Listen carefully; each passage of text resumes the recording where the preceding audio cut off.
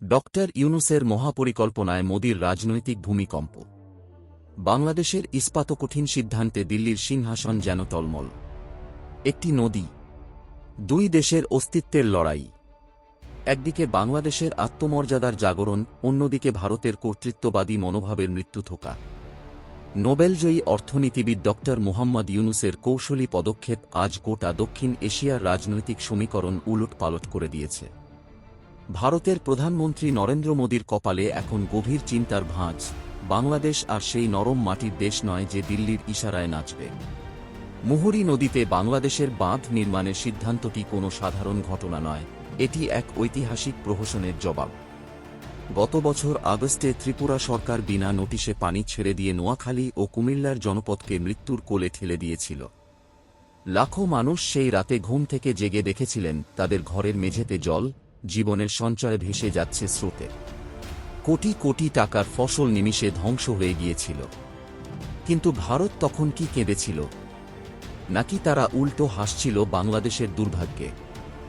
আজ বাংলাদেশ যখন নিজের সুরক্ষার জন্য মুহুরী নদীতে বাঁধ দিচ্ছে, তখন হঠাৎ করেই ত্রিপুরার মুখ্যমন্ত্রী যেন বন্যার আতঙ্কে অস্থির হয়ে পড়েছেন। ভারতীয় মিডিয়া এনডিটিভি আর রিপাবলিক টিভি এখন বাংলাদেশের এই বাঁধকে সুনামি আর জলযুদ্ধের সূচনা বলে প্রচার করছে। কিন্তু বাস্তবতা হল, এটি ভারতের সেই পুরনো জল অস্ত্র এর জবাব, যা তারা দশকের পর দশক ধরে বাংলাদেশের গলায় চাপিয়ে রেখেছিল। বাংলাদেশকে একসময় বলা হতো নদীমাতৃক দেশ, কিন্তু প্রকৃতির এই আশীর্বাদকে ভারত কিভাবে অভিশাপে পরিণত করেছিল তার ইতিহাস রক্তে লেখা। ফারাক্কা বাঁধ, টিপাইমুখ বাঁধ, গজলডোবা বাঁধ, প্রতিটি প্রকল্পই যেন বাংলাদেশের বুকে বিস্ফোরা হয়ে দাঁড়িয়েছিল। ভারতের সেই হাইড্রোপলিটিক্স এর জাল ছিঁড়ে আজ বাংলাদেশ নিজের পায়ে দাঁড়িয়েছে। ত্রিপুরা সরকারের এই আকস্মিক জল আতঙ্ক আসলে তাদের ভণ্ডামির চূড়ান্ত প্রকাশ। এখনই তো কোনো বন্যা হয়নি, পানি ছাড়াও হয়নি, তবুও তারা কেন এই তড়িঘড়ি উচ্চ পর্যায়ের প্রতিনিধি দল পাঠাচ্ছে? আসল কারণ হল, বাংলাদেশের এই আত্মনির্ভরশীল সিদ্ধান্ত ভারতের বিগ ব্রাদার ইমেজকে ধুলোয় মিশিয়ে দিচ্ছে। শেখ হাসিনার বিদায়ের পর দক্ষিণ এশিয়ার রাজনীতিতে যে পরিবর্তন আসছে, তা এখন আর লুকানো সম্ভব নয়। বাংলাদেশের নতুন সরকার যখন আত্মনির্ভরশীলতার পথে এগোচ্ছে, দিল্লির কর্তারা যেন আত্মহারা হয়ে পড়েছেন। তাদের চোখে এখন বাংলাদেশের প্রতিটি পদক্ষেপই ভারত বিরোধী ষড়যন্ত্র। কিন্তু সত্যি কথা হল, বাংলাদেশ আজ আর কারও অনুগ্রহের মুখাপেক্ষী নয়।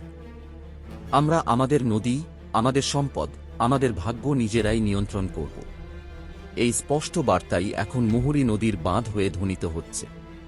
ত্রিপুরার মুখ্যমন্ত্রীর জলজট আতঙ্ক আসলে ভারতের সেই সাম্রাজ্যবাদী মানসিকতার শেষ চিৎকার, যা বুঝতে পেরেছে বাংলাদেশ এখন লক্ষ্মী মেয়ে নয়, বরং এক স্বাধীন রাষ্ট্র, যে তার অধিকারের জন্য লড়াই করতে জানে। বাংলাদেশ আজ সারা বিশ্বকে দেখিয়ে দিচ্ছে, সার্বভৌমত্ব কোনো দান নয়, এটি অর্জন করতে হয়। মুহুরী নদীর বাঁধ বাংলাদেশের আত্মসম্মানের প্রতীক। ভারত যদি ভাবে তারা তাদের নদী সন্ত্রাস চালিয়ে যেতে পারবে, তাহলে তারা ভুল করছে। কারণ এবার বাংলাদেশ পাল্টা জবাব দিতে প্রস্তুত, এবং সেই জবাব হবে ইতিহাসের পাতায় স্বর্ণাক্ষরে লেখা।